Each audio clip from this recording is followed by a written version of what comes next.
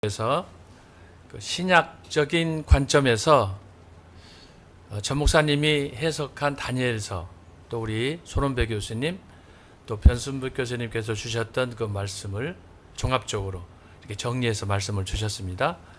그런데 특별히 오늘 김철원 교수님께 주신 말씀 중에 아주 우리가 좀 관심을 가져야 될 부분은 바로 다니엘서에 나타난 그 역사를 경영하시는 그 하나님의 그 존재, 통치에 관해서 우리가 잘 좀 이해했으면 좋겠고, 마지막으로 다니엘서를 이해하는 세 가지 키워드, 이것도 아주 중요한 포인트라고 생각합니다. 그래서 여러분들께서 그 부분을 좀 잘 인식을 하시고, 그래서 거기에 은밀한 거, 또 지식과 해석, 사실 이 부분들은 우리가 늘 가까이에서 접하고 하지만 다니엘서이 추구했던 그것을 우리가 우리의 삶 속에 적용하려고 하면 너무나 거리가 먼, 쉽지 않은 그런 단어들이고, 실제 신앙에 있어서 우리가 받아야 될 그런 교훈이 아닌가, 그런 생각을 합니다. 저는 오늘 시간도 많이 갔습니다마는 손원배 교수님께서 주셨던 이 조리신학적인 관점에서의 상세한 다니엘서 전체를 우리가 볼 수 있는 그런 관점을 말씀하셨고, 또 우리 변순복 교수님께서는 구약에 특별히 그 7장, 8장, 9장에 나타난 그런 그 표상들을 잘 말씀하셨고, 특별히 이제 마지막에 우리 김철원 교수님께서 신학적인 그 의미가 뭔가, 또 거기에 키워드가 뭔가 하는 것들을 이렇게 말씀을 해 주셨습니다. 오늘 저는 이 말씀을 들으면서 몇 가지 드릴 말씀이 있는데, 첫 번째는 뭐냐?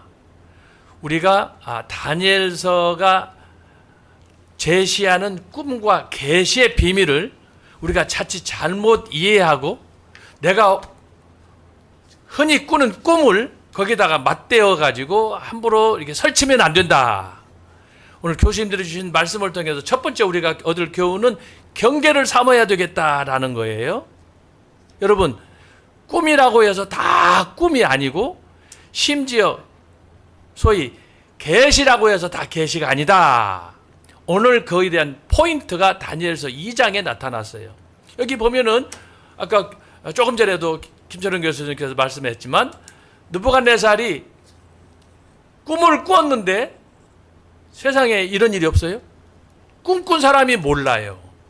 그리고 전혀 이 일과 상관없는 타인에게, 다른 사람들에게 여기에 등장하는 게 술사들, 점쟁이들 다 동원하잖아요.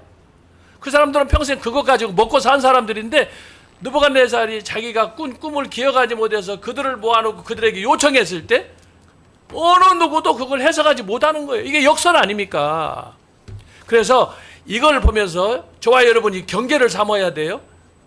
흔히 우리가 실수할 때가 많이 있는데, 내가 지난밤에 어떤 뭐 감동을 받고 뭐 꿈과 계시를 주고 뭐 복권을 사고 하는 이런 등등의 환상을 봤다는, 특히 주변에 보면 어떤 권사님들, 목사님들이 와가지고 교수님들한테 막 이거 하고 강요하고 자기가 뭐 응답받았다는 거예요. 이런 거 우리가 조심해야 돼요. 조심해야 돼요. 그래서 오늘 교수님들의 말씀을 통해서 첫 번째 중요한 건 뭐냐? 이것을 함부로 성경을 해석하지 말고 내가 체험한 것을 강요해가지고 뭐 그것이 절대화되는 이런 일들을 저와 여러분이 범해서는 안 되겠다고 하는 거예요. 두 번째는 뭐냐? 이 계시를 오늘 다니엘을 통해서, 다니엘서를 통해서 주셨던 교수님들의 말씀이 뭐냐? 그 포인트는 절대자, 역사를 경영하시는 분이 누구냐? 지금 광화문에서 정강 목사님께서 수조 동안에 하나님의 역사 경영에 대해서 말씀하셨어요.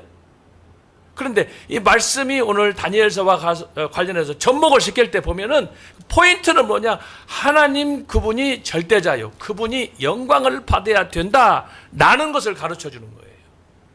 그래서 오늘 교수님들이 주셨던 말씀, 정광훈 목사님께서 주셨던 말씀을 보면은 저는 오늘 또 참 깊은 감사와 감동이 전 목사님 설교와 교수님들의 이 말씀을 통해서 제가 받았어요.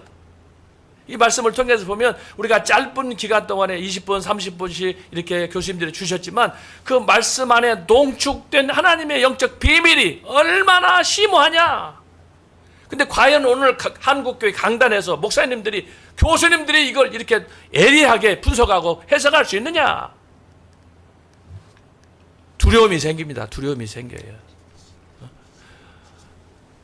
특별히 전 목사님께서 다니엘서 2장부터 시작되는 7장에 9장에 나타난 가장 난해한 구절이 70이 이내 아닙니까?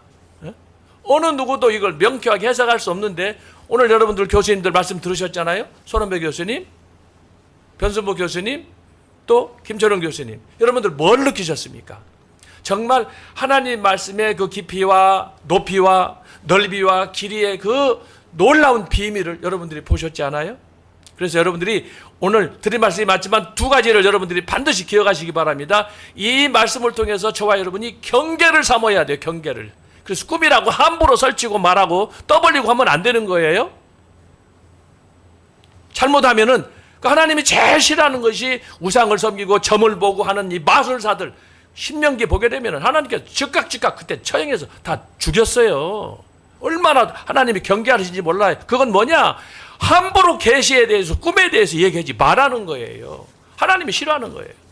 그래서 두 번째는 조금 전에 말씀한 것처럼 이걸 통해서 하나님의 절대적인 능력을 알았으면, 여기 심지어 느부갓네살이 아주 기겁을 하잖아요. 다니엘이 그걸 해석했을 때 다니엘이 원래 하나님 믿는 사람 아니에요. 그런데 탄복하는 거예요. 너희 하나님, 손으로 짓지 않은 하나님, 그 하나님을 찬양하고 신앙을 고백하잖아요.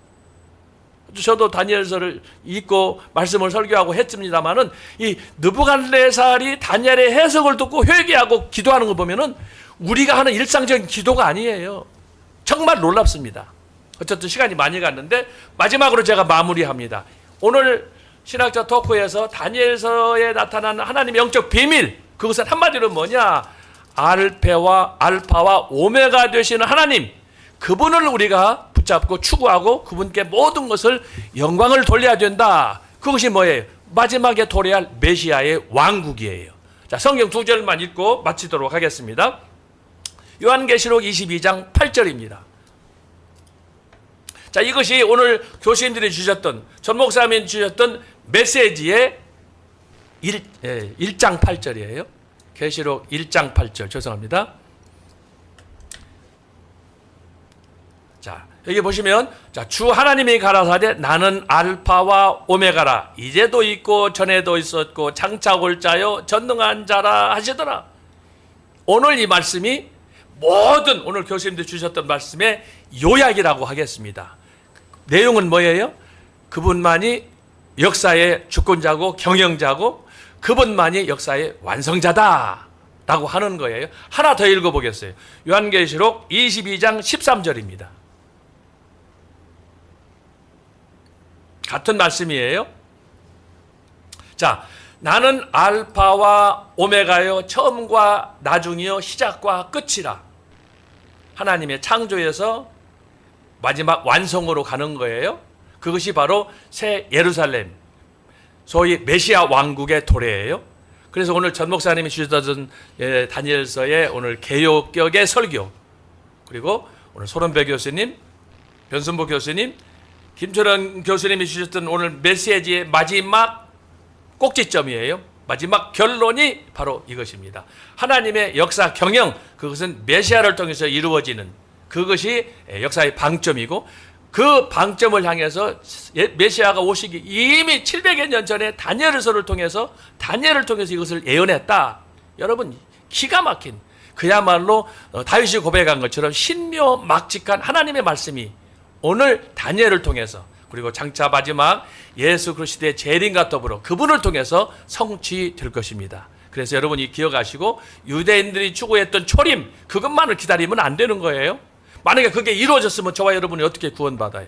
자, 그럼에도 하나님께서 우리를 불쌍히 여겨주셔서 예수님의 재림을 통해서 이방인이 구원받을 수 있도록 이방인의 때에 우리에게 기회를 주신 것입니다. 그래서 오늘 내용이 좀 방대하고 참 또 그럼에도 불구하고 아주 심오한 메시지들이 목사님과 교수님들을 통해 주셨는데, 여러분 이 말씀을 잘 들으시고 이 꿈의 문제, 이 소위 계시의 문제, 이 문제를 갖고 여러분이 경계를 삼고, 우리는 일반 세상 사람들 생각하는 그 이상의 벽을 넘어서 하나님께 예배하는 그런 신앙으로 나갔으면 좋겠습니다.